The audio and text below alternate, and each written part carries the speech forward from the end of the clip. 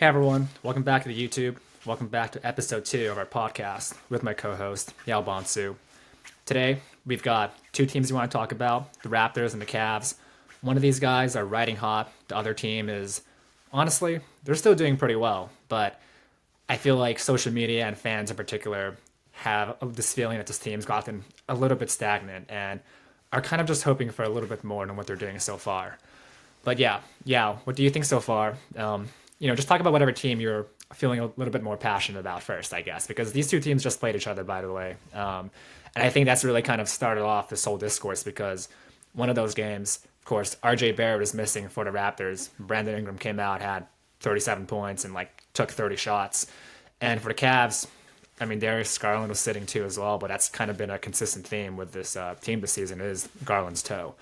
But yeah, pick a team, I guess, and let's start off with that. Yeah, let's start off with Toronto. Toronto's the biggest surprise of the NBA season. When Brandon Ingram was traded there last season, nobody really expected much of the Raptors. He didn't end up playing, and the starting lineup is the first time we're seeing the starting lineup in action for an extended period of time. Emmanuel Quickley, RJ Barrett, Brandon Ingram, Scotty Barnes, Jacob Poeltl, and besides Ingram, if we're not including Ingram, the other four guys missed a total of 115 games a year ago. So when you're making your preseason predictions, nobody expected the Raptors to be a great team, maybe make the play-in or whatnot. So now here we are, and Toronto went from the 25th ranked offense to the fifth best offense in the league. This is not a fluke. This is not a fluke. And we'll get into the defensive side of things, but offensively, this is a team that's playing quick as heck, because they lead the NBA in fast break points. I think it's a little under 21 points. Oh, wow, really? Yeah, they do. And Okay. I didn't know that. I did not know that. Okay. Third in Yeah. paint points per game at 54.2. That makes sense. Yeah. So this team plays fast. They're playing efficiently. And by the way, they're also second in total assist. And they're Yeah. also sharing the rock. And final point. You mentioned Ingram scoring 37. We know he's a great scorer. He's giving Toronto something it hasn't had since Kawhi Leonard as far as somebody that can go get a bucket. But RJ Barrett has led the team in scoring 5 times. Barnes has led the team in scoring 4 times. Quickly Very has led balanced. the team in scoring once.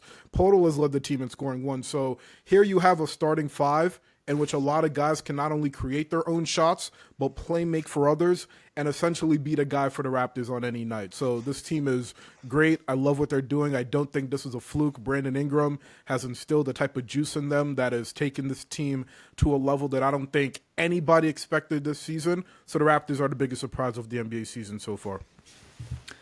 Yeah, definitely.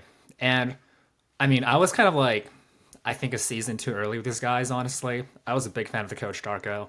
And heading into last year, I actually predicted them to win high 40s, 50 games, even with Scotty Barnes being an MVP candidate. Obviously, that did not happen. And At all. At all. And I could defend myself and say, oh, they had a lot of injuries because they had a ton of injuries. Yeah, they did. Quickly, Scotty and RJ, they Yeah. barely played together.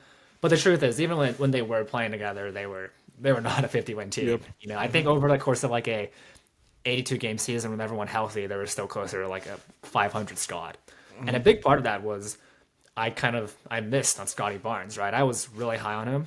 I absolutely thought that he could take the next step into being maybe not obviously not Giannis, but in terms of he's in that archetype of players where he's a really big wing who's just gets downhill. I can pass, I can dribble, I can play both big man and wing and point guard even, right? And I think that his scoring really just that's not his game. And I think that's fine, especially now if you added Brandon Ingram, of course. Whether or not you can win a championship with that duo is a much later conversation, of course. But I think the point of what I'm trying to say, though, is just now that you've taken off that scoring pressure off Scotty, and you're not asking him to take this team's last shot. You're not asking him to create for himself and others at the same time, all the time within this offense.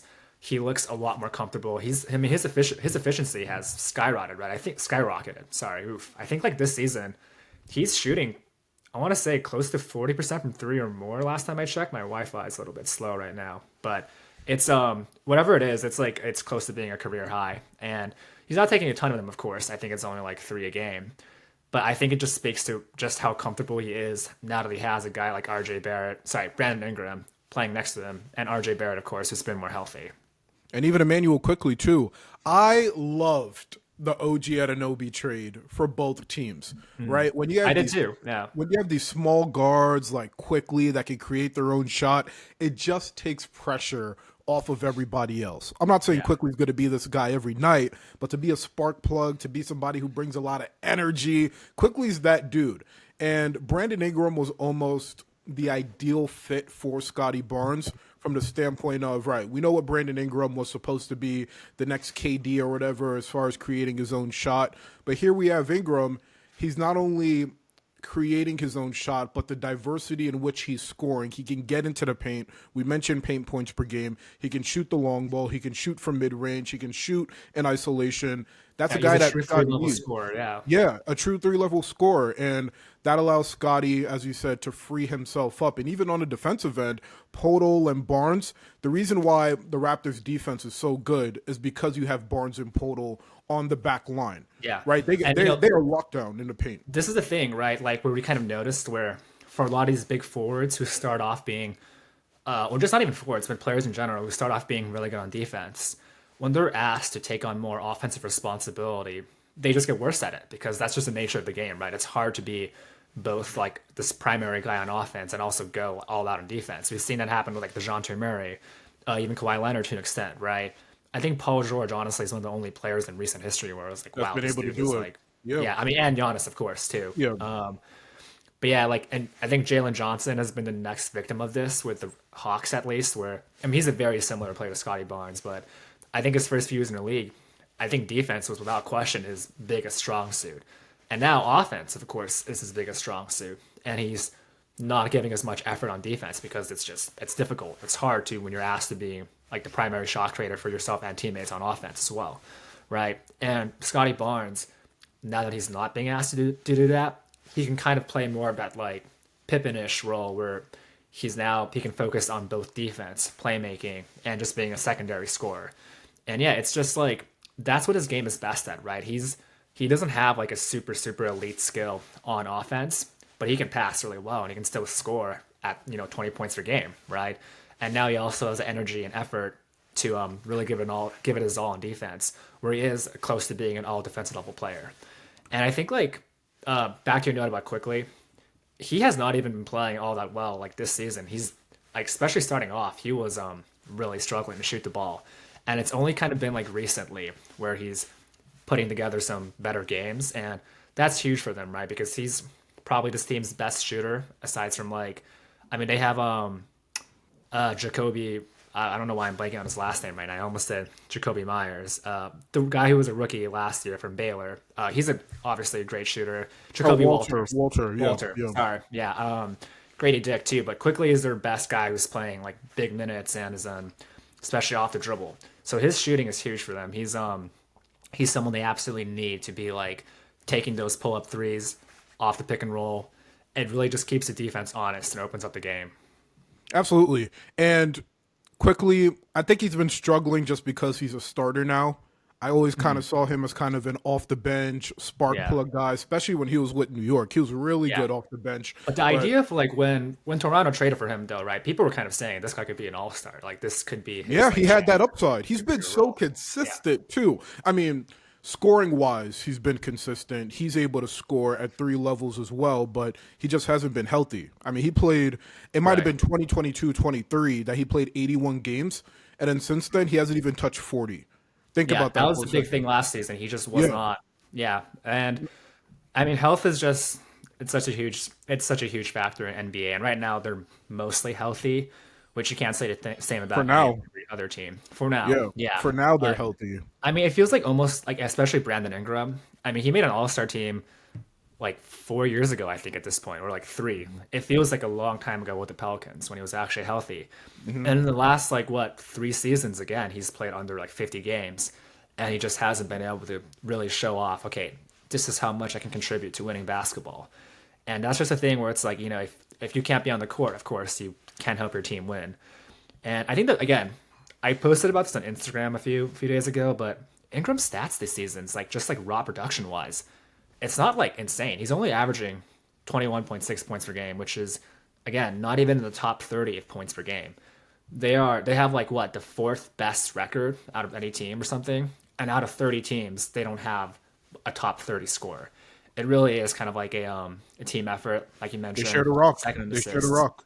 There's a Yeah, reason. and I Yep. mean the point about like them getting the ball, like they're what are they in paint scoring again? Like you said, like they were first or something, or Yeah, third in paint points per game, and then yeah, first in fast break points per yeah. game. I mean, as like their like team field goal percentage is like way over 50% or something. It's sorry, it's exactly 50.2%. That's hard to do in the NBA. They do a really good job of working the ball inside and just really not settling for kind of like early shot clock like bad shots, if that makes sense. They really, and they play fast in transition, of course, because they know, hey, we have a bunch of like 6'8" athletic Yep, guys. that can go out Let's and get to the run. rim, yeah. But in the half court, at least, they're very patient. They're not going to jack up like a step back three just because a player thinks, oh, I can make that shot. They're really good at working the ball inside, especially getting the ball to their bigs. And yeah, I mean, again, having a guy like just going off their bench, right? You're getting a lot of contribution out of Jamal Sheed, who's a rookie last year, of course. He comes in a game. He's a defensive dog. He's their point of attack defender, and yeah, he's really dishing the ball too. In just 18.8 minutes a night, he's averaging 5.7 assists. Right? You can't scale that 1-to-1 to 36 minutes a night or whatever, but that's close to being like 10 assists a night. We have Sandro He's Mamu. their bench. He's their best bench piece, in my opinion. Really? Oh, yeah, When I he agree with that. Yeah, when he's on the floor, they average 19 points more per 100 possessions. He Mamu. is somebody that I can see, barring injury, but Yeah. the trend is this team will get injured at some point, that he can slide in and Yeah. be a spark plug. He's shooting 44% from three. He can Yeah. shoot the lights out. He's very active on the offensive side of the ball when it comes to off ball movement and everything. He's Yeah. shooting 57%. I He is mean, a yeah. great bench piece. Him being like a legitimate stretch five is again because this team they need shooting when you have a guy like Yep. Scotty Barnes, right? And him being like a legit stretch five is he's always kind of been like underrated. Like with the Spurs, he was a huge fan favorite, and they were really sad to see him go. And you can see why now, right? Like this team is winning, and he's coming in. He's playing a major, major role.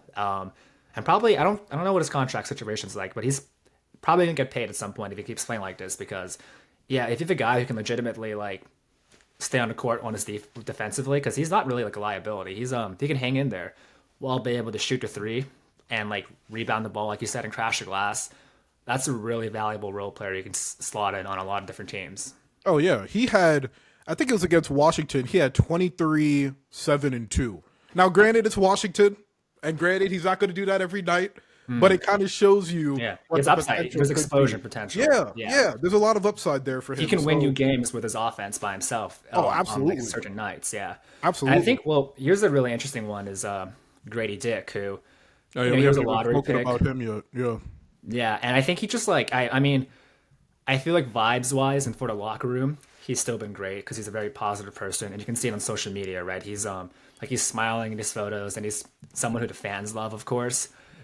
His play style just doesn't really quite fit the team because, like we mentioned, they have a ton of like wings who are athletic, can run the floor, can handle the ball, right? Like Scotty Barnes, R.J. Barrett, Brandon Ingram, and that's three guys who kind of play similar-ish positions to Grady Dick, right? And he's a shooter, but it's just like he's not really shooting at an elite enough level. And part of that is he's not getting enough runs and he's not getting into rhythm.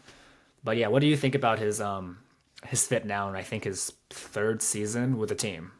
I mean, he's not as great as he was last year. All his numbers are cut in half. But Right. just Well, they're out watching, winning now more too. yeah, Yeah. exactly. So, but just watching clips of him, I'm surprised they don't use him more in the half court. As you said, he is a shooter. They love to play quickly, and he seems like somebody that can be a great shooting asset. But at the same time, I don't think the Raptors necessarily. Everybody could play make, but they don't have a central playmaker, if that makes sense, right? Yeah. Everybody can help each other out, but they don't have Yeah. somebody who, all I right, think the closest person is honestly probably Scotty Barnes, honestly. yeah, Who I but think, yeah, he can do that for sure. Yeah, but like I said, it's just tough when you have your three best players are wings, right? RJ Barrett, Ingram, Scotty Barnes. There's just not a lot of room for someone like Grady Dick when when you're putting out your best five lineup, best five players, like he's the fourth wing you would choose in that, right? Yeah, It's tough. yeah, he's having his worst year, and I don't Yeah, really blame it on him. I would rather side with you here and say it's just a matter of situation. And it's not like he can't impact winning. It's just that, the yeah, Raptors are doing just fine yeah. without him. I mean, They have three guys who play his position who are just better at basketball right yeah, now. it's hard. Um, It's hard to find your, and it's kind of inconsistent too because he played 11 minutes against the Cavaliers in that game. He went 0 for yeah. 5, but he played 20 minutes in the previous game, and then it's Mhm. kind of like fluctuating in and out. He's trying to Yeah. find his shots, and he's And when not you're a playing as shooter, many like it's minutes. just yeah, you want to just be in the flow of the game, right? And it's kind of like when your biggest trait is your shooting, and you let's say you miss your first two threes, then it's like that just impacts your Yeah, confidence like a and lot. it's a health thing too because he played half an hour last year per game, but as we said, Toronto was banged up. But did he Right. show flashes of being something great? Yeah, but now that you have all these guys back, you have your starting five solidified, you have great bench pieces, as we said, Mamu's, but he just has to find his place if there is a place on the team. Right. Kind of speaking on that again, I mean, the rookie Colin Murray Boyles, who, when he was kind of picked, I feel like a lot of people definitely kind of laughed at it because it's like, oh, another 6'8", 6'9" guy who can't really shoot the ball, right? But yeah, I mean, he's been playing good minutes for a rookie. I mean, 19 minutes a night. And a big part about him is he can really pass the ball for his size, right? And again, he's helping facilitate this where they don't really have a true like point for general distributor, like you mentioned. Like quickly, more of like a combo guard from a play style perspective. He likes to shoot the ball. He likes to score, right? But when you have guys like Ingram, RJ Barrett, Colin Murray Boyles, who are all very natural secondary playmakers, it really kind of like gets those gears turning, right? It moves the chains. Yeah, I mean, it just allows them to play faster, allows them to have fresher bodies. I mean, Yeah, I'm not too familiar with his game, I must say. yeah, I've been focused on probably top 6, 7 guys on the team, but yeah, I mean, listen, it's another body, it's another great wing, and for him, he's not playing a lot of minutes. 19 is solid, but he's making the most out of it. He doesn't shoot the three ball a lot yeah. at And all. I will say I don't think that's also necessarily your fault because he's I think he's missed a few games recently with something I forgot. But he was playing really well earlier this season when it was first starting out. There was like a stretch where he was scoring double figures. So yeah, if you haven't seen him in action recently, it's yeah he had like a sprain in his knee. So There that you go. checks out actually. But essentially, with this team, the biggest thing is going to be health. Yeah, Right, 65 game minimum for awards. Brandon Ingram hasn't touched that threshold since his rookie year in yeah. 2016, 2017. Really, Like he hasn't hit 65 he has not games. his. I mean, he played 64, Yeah, 2023, 2024, but since was that his then, All Star season or was no that was it before that. might have been his All Star I feel like his season. All Star season was also it was the year that like it was like 2023 or 2022 I want to say. It was the year they made the playoffs with CJ McCollum still and they lost to like the Suns I think I want to say. I think it might have been 2022. It was a while ago. Yeah. But But yeah, yeah, honestly that's yeah, I mean obviously he had that whole like blood clot situation. 2020, he was a reserve. 2020. 2020, he was a Wow. reserve, which is Okay, never mind. shocking. That is a yeah, that's way longer Yeah, I'm further than saying I would have that's thought. what, and even then he played 62 games. Yeah. So going I mean back it to was a last year, shortened season, I guess. shortened Yeah. season, yeah. But going back to last year, he played 18, then Yeah. 64, I mean, yeah, 45, by far it's more 55, relevant the last 61. few years that he hasn't Yeah. crossed that So threshold. I mean, Yeah. he hasn't been able to hit that's probably his best year of his career, right? Yeah. 62 games played, 24 points per game, 46% from the field. I mean, Yeah. but I mean, hopefully now that he's out of New Orleans, which we all know. a dumpster Players fire. just get there and they just get injured. I still believe in Zion, by the way. That's another I conversation for know. another day. I know. I The know. the Yeah. franchise itself, though, is just, Yeah. Yeah. shambles. But yeah, Yeah. the biggest thing with Toronto is going to be health. Because now we know what they can be. Is one of the best teams in the Eastern Conference. Yeah. Now, I will be honest though, like I mean right now they're in a dogfight with the Pacers who are like two and I don't know what they are. They've won one of like the two games. worst They're two and teams in the 16. Okay, NBA. they're in a dogfight with the Pacers right now. But I will say like if you look at their winning streak, they've kind of just been playing really bad teams. Like they beat the Cavs twice, which by the way, Cavs are Without obviously Garland, a quality team, but they beat the Nets, they beat the Wizards, they beat the Hornets. The Sixers are like, obviously they're without pretty with good. the Sixers are not entirely healthy. I want to say. Yeah, I don't think Joel Embiid played that game. Yeah, they didn't have Paul George or Oubre yet at that point as well. And yeah, they beat the Pacers again, and then the Cavs and the Nets. So they kind of played like the same like four teams, and like three Yeah, of them are not yeah, good. yeah. Um, So again, but yeah, I mean, hey, you beat the teams you're supposed to beat, and yeah, you lose to the teams. You lose sometimes to the teams who are good, and that's how you win like 50 games, right? So yeah, not disrespecting the Raptors record, but I think even when they were on like a 7 game win streak, I wasn't really taking them like that seriously because I was like, well, I mean, like you beat the Nets and the Wizards and like the Pacers, who are like the three worst teams in the league. I'm not really quite sure how much stock we should put into this win streak, but I yeah, you wouldn't beat the take them Cavs twice, and too. I'll take I that. wouldn't take them too serious. I mean, define seriously though. Is it like, hey, they can make it to the Eastern Conference Finals? Because I don't think any of us think they have that type of ceiling. They can make it to the second round. I mean, I think like technically they can, of course, if the teams they play get hurt, which Well, that just yeah, happens in the yeah. playoffs. But Yeah. like to say I they think can like be. fully healthy at this, if everyone was just like fully healthy in that conference right now, I think that I would not put them. I don't know if I would put them like below these teams, but I don't think I would put them above like the Cavs or the Knicks or the Even Pistons Detroit, yet, at least. yeah. Yeah. Even Miami, low key. Well, we'll see what happens Yeah. when Tyler Hero comes back. But even Yeah, I mean, Miami, yeah, Miami's in a weird spot. We should talk about that too because they're later on, I guess, different episode. But their players have been kind of complaining about their offense, which is like but their hilarious offense has because been they've been winning games. fantastic though. Yeah, but yeah, I don't know if I'd. If you take a look at the standings, right? Like you see Detroit on top, Miami at 3, Knicks 4, Cavs 5, right? I don't see a reason why Toronto can't just like maintain their current like pace of record or whatever. Obviously they're 14-5 right now, and I think over the course of the season that would put them on like 60 win pace, which is probably not like what I would project. But I don't see a good reason why they can't still be like a top 3 seed. That makes sense, yeah. It screams team that gets home court advantage in the first round and gets eliminated. And by the way, as we're recording this, Brandon Ingram had a game winner. So I mean, Oh, as you against said, Indiana. Yeah. as you said, against Yeah. inferior Which competition. again, But quality win. Like a win is a win, but yeah, it's like the Pacers, and you beat the teams you're supposed to beat. yeah. Yeah, they could win like 55 games. Like to be clear, yeah, we're like, You think Toronto could win 55 games? I mean, they're on pace to do it, right? If they stay healthy and everyone else keeps like at Wow, this, 55. yeah, 55 absolutely, though. absolutely. I mean, 55 games is like what the. That's a lot. That's a lot. I mean, It is a lot. It is a last lot. Yeah. year, only 2 teams in the Eastern Conference won 50, or 2 teams won 60 plus. Four Well, teams I mean, won 50 plus. I think I look at the way like Cleveland did it. They won what 64 games? They won 60 games right last year or something like that. Yeah, but you saw the signs of that early. You thought, Well, yeah. I mean, is this I not? mean, Are these not yeah, the yeah, signs yeah, early enough yeah, right yeah. now? I That mean, is nine true. game But win like, streak. after Cleveland, before they won 60 games, went 48 and 34. But you thought, all right, bring in a new coach. You keep the core the same.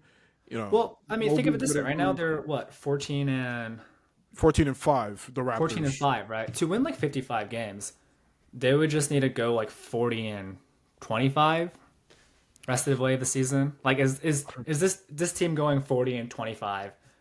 That's like incompatible in your mind. You think though? I mean, I don't know. That's a tough ask. 55 games.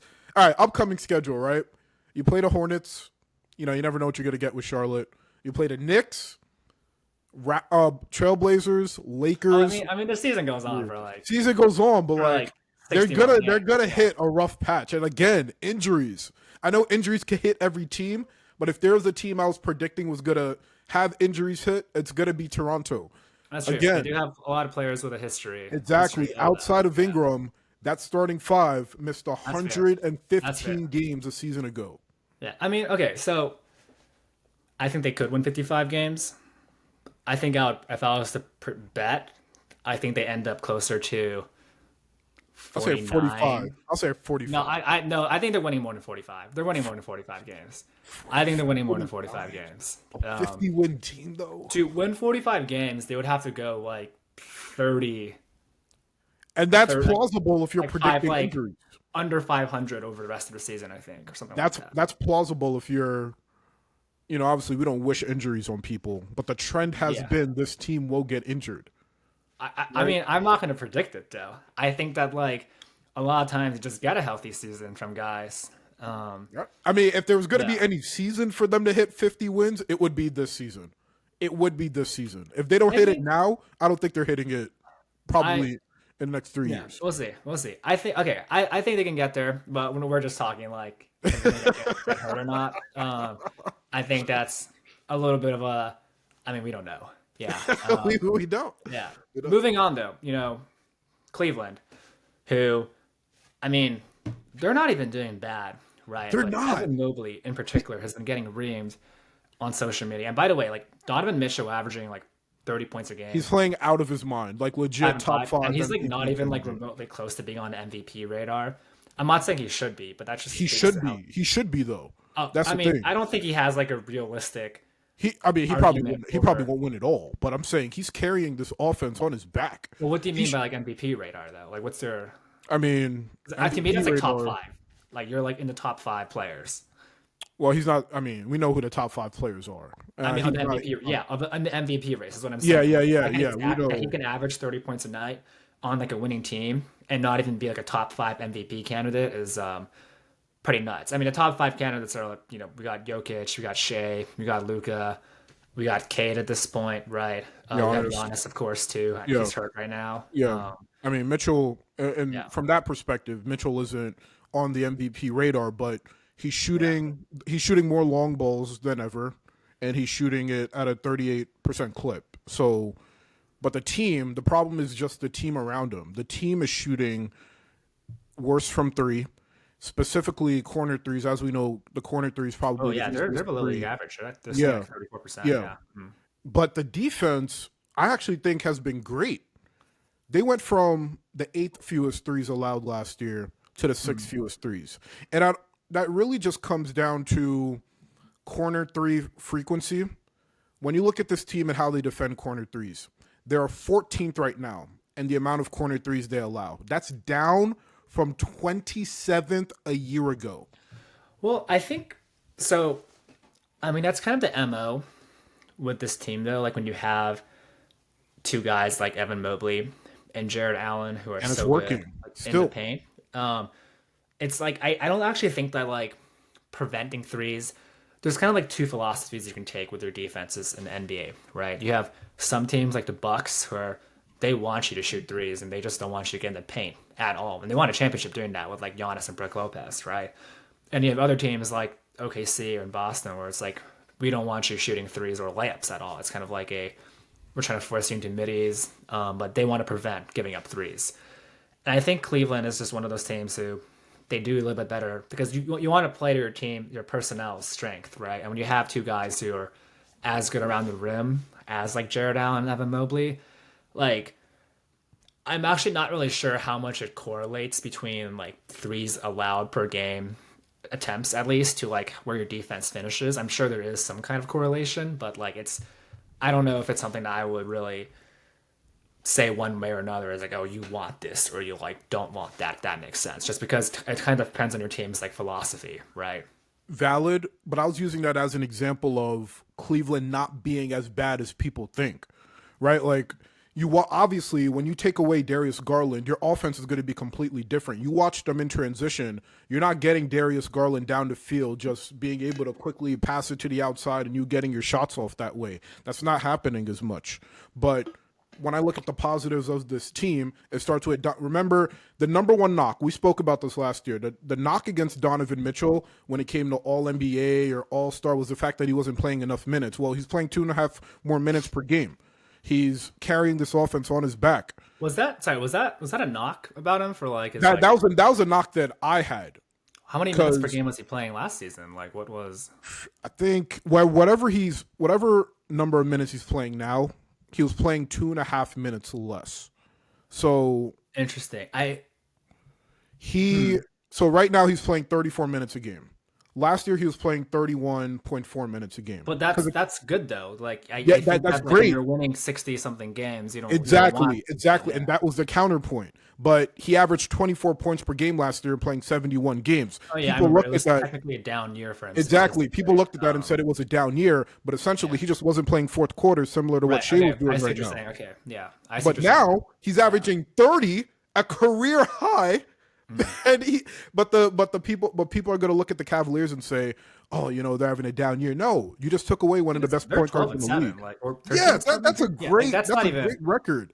I think like it's just a thing where I mean we've seen this team now like we're in year 4 of this like Mitchell. Wow. Yeah, we're in year 4. Holy crap. That's a time is flying. Yeah. Yeah. Um, Hmm. of this kind of like core. And I think last year was kind of like obviously the peak of it from a regular season perspective. And we saw what this team looks like at its best. And they did not really get a super fair shot in the playoffs just because DeAndre Hunter got hurt. Darius Garland was playing on a big Dealing with toe. a toe. Yeah. Evan Mobley missed games with like I think a hamstring. I think Jared Allen was also hurt at one point, but it was pretty much like, and even Mitchell got injured in like the Pacers series too. I want to say,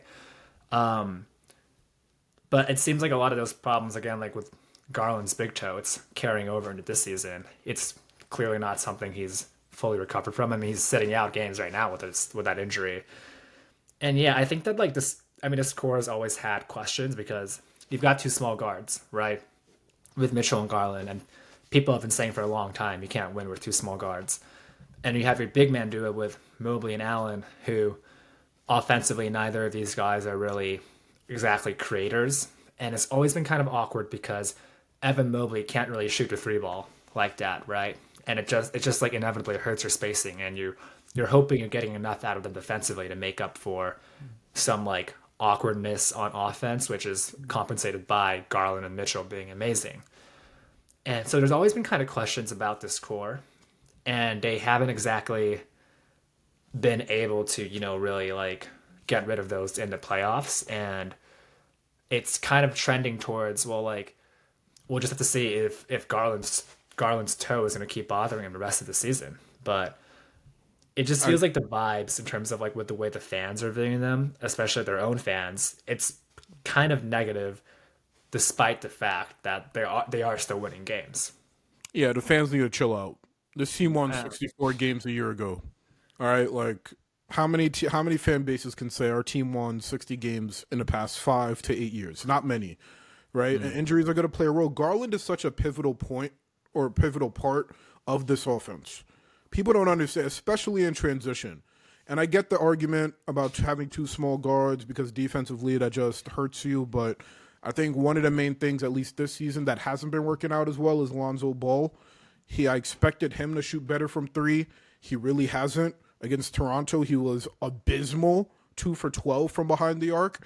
But even then, you kind of expected him to take on more of a playmaking role with Garland out. When Lonzo got there, they already knew Garland was going to miss time, so they thought Lonzo could fill that role in. Not to the exact extent, but at least on the playmaking front. He's not the shooter that Garland is, but he could have been the playmaker. But oh he wow, hasn't yeah, been that. Lonzo is not. I didn't Yeah, even know he he's was shooting not. Yeah, 30% and from he the and he field. and he was seen And as one of the best pickups of the offseason, at least from my point of view. he But he was just cheap. hasn't been Yeah, that. yeah. So shooting Well, 31% from the I field. will say on that note though, I think a really huge surprise, or maybe not surprise, but a really huge counterweight to that is sophomore Jalen Tyson, who I watched a lot when he was at Cal. Um, I mean, this season I kind of viewed him as like a Josh Hart esque player. He's plays with a ton of energy. He's kind of a jack of all trades type guy. And last year he kind of struggled on defense and just with like the pace of adjusting to the NBA style of game his rookie season. I mean, but this year, I mean, he's averaging 11 points a night, 4.5 rebounds, 2 assists, basically 2 stocks a night. And importantly, he's shooting 47.5% from three. And his jumper is like, it's a little bit awkward. And that was a huge concern coming in. People are like, okay, like, that's why Josh Hart was kind of like the comparison because we weren't really sure if Tyson was going to be able to shoot threes at a high NBA level. And well, he's definitely knocking them down right now. And for a team where their biggest weakness in previous years was the wing position, like they signed Max Strus for that reason. Tyson coming in and again shooting 47.5% from three. He's hustling his ass off right there. He's grabbing offensive rebounds. He's a great passer. That's been a huge, I think, offsetting factor to having guys like Darius Garland be hurt, Lonzo Ball, not shooting well and coming in. And I'm actually, where did Max Strus go? I don't think I've seen him play this season. Is he hurt right now, or did I forget something? I wouldn't be surprised if he's hurt. And on the Tyson point, Tyson is stealing minutes from people. He has grown. Everything you said is correct, but he's stealing minutes away from Dean Wade. We expected kind of Dean Wade to take not a huge jump, but kind of a modest jump this season. But Really? Tyson, as you Wait, said, he has a burner. you? Oh, yeah. I mean, I just remember Yeah. Dean Wade from his he had a card in NBA 2K a few years ago. That was Yeah, I mean, I was no, Dean Wade he's wasn't been a going to be fan like, favorite. He's been a fan favorite. Yeah, but I yeah, was he gonna has say he's been a like fan 29 years favorite, old. I'm not but really sure like, what the he hasn't yeah. gotten the amount of minutes that probably people were to predict because of somebody like Tyson coming in and just like taking over in the Yeah. way he I has. mean, yeah, I mean they invested a first round pick in him. So it's kind of like this is what you wanted out of him. And he wasn't able to Yep. contribute right away his rookie season, despite being like a 4 year player, or I think he was a 4 year player. Yeah. But now you're really seeing like they're reaping the benefits of using that pick. Yeah, But yeah, yeah. he's By the way, very Max fantastic. Strus is still recovering from surgery. He's supposed to be back, I think, in 2026 in the new year. Um, You see, but yeah, so I mean, so everything we Tyson just might. laid I out. think he's definitely earned some of those minutes. I'm Yeah. saying, but the Struce point, everything you just said, we're not going to see the best version of this Cavaliers team until 2026. Which Right. Yeah. actually, going back to our previous point about the Raptors and winning 50 games, maybe that's more realistic now because Cavaliers are banged up. But listen, the Cavaliers are going to be fine, right? And by the way, I'm looking at Donovan Mitchell's numbers right now. He might actually be an MVP candidate. Like I'm talking top five. This guy's averaging. Who are you putting Mitchell in front of though? Can't be Cade. I I think mean, it might like I think Giannis is the only one just because Giannis is kind of injured. Yeah, and I don't we think we Giannis has know played we know you have to recently. win games too. Yeah, I mean, but like the thing is, like they were winning games with him, and now that he's out, they've lost like five Yeah, straight or something. So it's that there's no yeah. clear okay. I mean, to be fair, like again, I love Donovan Mitchell. He's really good. I'm. It's just insane how like these I numbers in mean, today's modern NBA are not like yeah. Like eye how many popping. years? How many years are we going to look at a guy averaging 30 on 50% shooting, 5 rebounds, 5 assists, and say, yeah, he's not a top five MVP candidate? I mean, Yeah, I and don't mean to make this all narrative driven, but yeah, I'm just saying that just pops out to me. It's crazy, yeah. I mean, and to be clear, I have Kate in front of him as an MVP candidate, but like as you should. I don't think Kate is better than Mitchell as a player. Like just to It's be just clear, I think like situation, impact on yeah, winning. Cade it's is a just like dog. record and all that goes into it. This is not just like a ranking of like how good Mitchell is. 'Cause I absolutely think Donovan Mitchell is a top 10 player. Yeah, Yeah, but yeah, and I guess the other player on this team, I think Jared Allen and Evan Mobley have also been catching a lot of flack recently. I mean, Kendrick Perkins called him soft recently again. yeah. Kendrick Perkins It's is hating respectfully. there's a little bit of truth to the fact that for guys who are both their size, neither one of them are really going to kind of like take over a game physically. And in the past, when they were both a lot younger, they did get bullied on the inside by the Knicks. Mitchell Robinson, in particular, was really having his way inside in both those playoff series. Or maybe just one of them. I think he might have been injured the second time they play. Um, but like point being, I think like the biggest thing with Mobley is just people are really kind of frustrated with the fact that he hasn't really honestly improved on offense. Actually, wow, I did not know Evan Mobley was shooting 36% from three this season. Huh. That is a step forward, actually. Yeah, I mean, I guess he shot 37% from last year, but his volume is going up. It's going Yeah. up, but his scoring upside isn't where it should be. That's what I'm Yeah, saying. he's just like not really.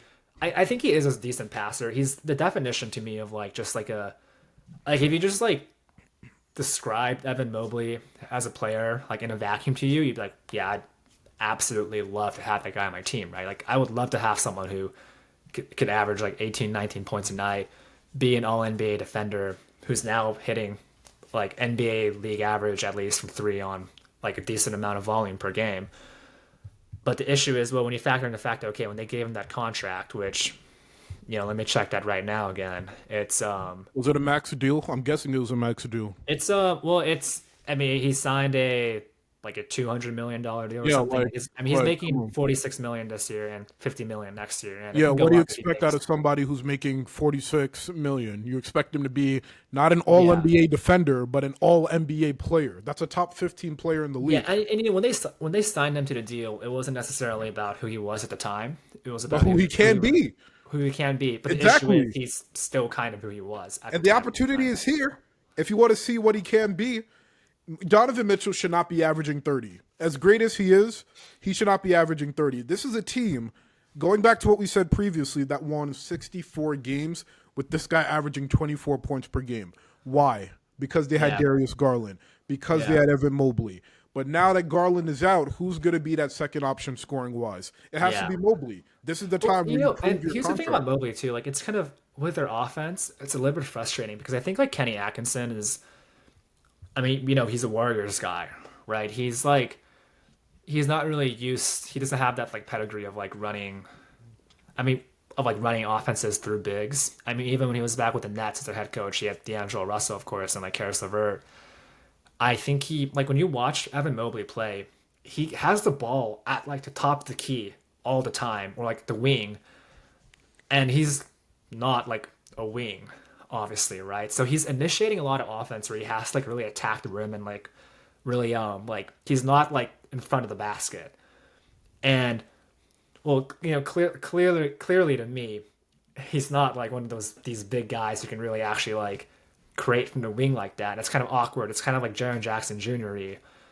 And if they did a better job of perhaps just getting him the ball closer to the rim where he can use his size a little bit more, I think that you would probably see him succeed just like a tad bit more.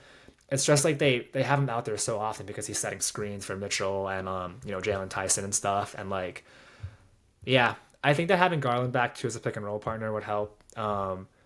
But there has kind of been like a cap on him because I mentioned they should give him the ball in the post more, but he's not exactly like a post up maestro like my maestro. Sorry, I really butchered that word. But, Yeah, I went into a Spanish pronunciation for some you're good. reason. But even Um, even then, right? If Mobley's not going to create his own offense at the top of the key beyond just yeah, setting screens, then that's where DeAndre Hunter comes in. The reason why DeAndre Hunter is in one of the best situations in the league because he's somebody that can attack you off the dribble. He's aggressive. He's actually aggressive, driving into the paint. And essentially, the Cavaliers at their best, you have to worry about so much between Mobley screens with Garland and all that. That Hunter is really playing with his food each and every single time that he has the yeah, ball. he's very much like a prototype modern wing.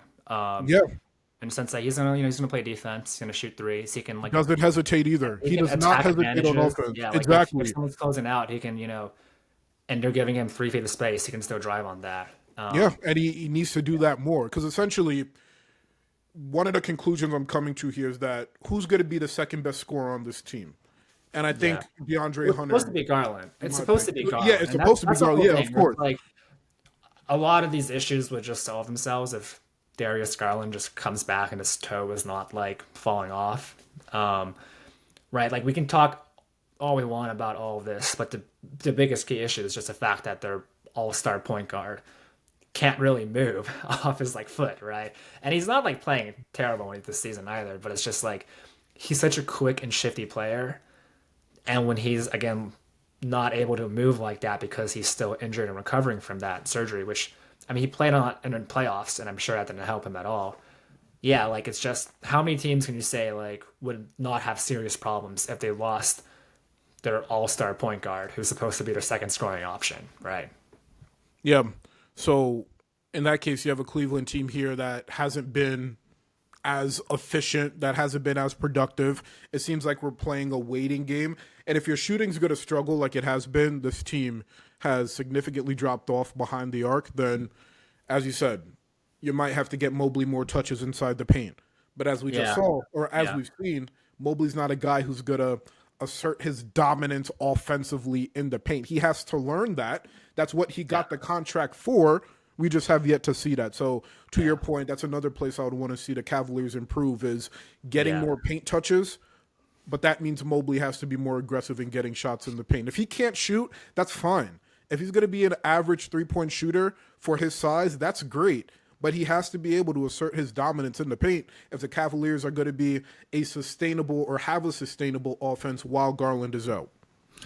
Right. And kind of just like I think round this conversation out, I do think this season, I mean, we're in year 4, right?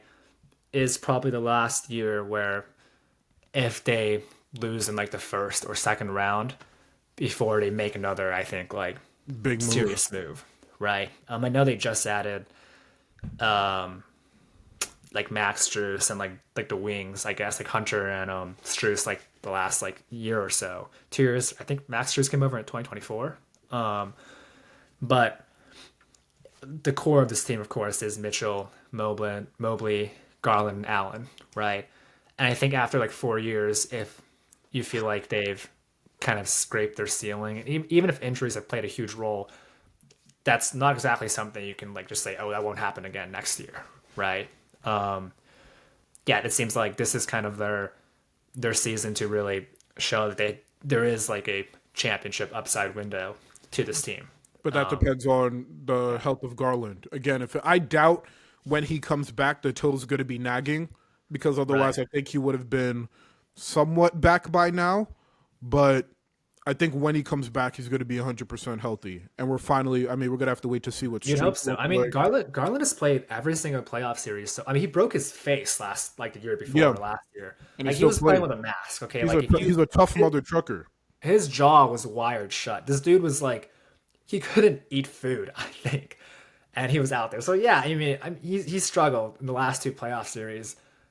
I'm not altogether surprised he was struggling with the injuries he was dealing with, right? But yeah, it's just they've just got to prove it. We're giving all these reasons for why it hasn't worked out so far, but at the end of the day, you still want to see it. They like management, front office, ownership. They still need to see it actually succeed instead of just having like valid reasons for why it's not. But yeah, Yeah, I mean, we'll see. We'll see how the Cavaliers look, but the Raptors definitely are the biggest surprise of the season thus far. Again, 50 games, stretch, but we'll we'll see. see. We'll see. We'll We'll see. see.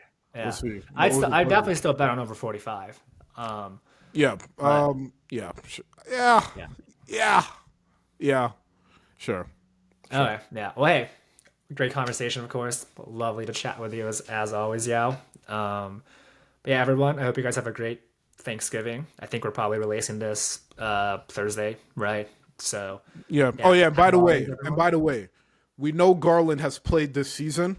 However, Right. he's Yeah. still on injury management. So Yeah. we're saying once he's back playing the minutes he's supposed to play, playing upwards of 30 minutes per game, that's the Cavaliers team we're talking about. Right now, Garland playing with a minutes restriction. He hasn't played over 30 minutes yet this season. This is not the Cavaliers team we're He hasn't expecting. played over 30 minutes in a single game. No, I mean he played 29 against the Clippers. So Okay. I mean Oh wow. Yeah. So they semantics, really are but managing that. yeah, Okay. they are Yeah. management and they're keeping him out for load management reasons. Yeah. He It's been. hasn't. I mean, it's Yeah, been months yeah. since like. I'm Wow. saying. So when he I comes feel like back, you can't not be concerned about that. Yeah. yeah. So when he comes back and he's fully no minutes restriction and it's lifted, that's when I think we can have a Yeah. full on conversation. All right, this is the Cavs team. What's gonna happen if they don't make it to the Eastern Conference Finals? All that jazz. Yeah. No, I totally agree. But yeah, hope everybody enjoyed though, and we'll probably be back next week with another episode. Absolutely, absolutely.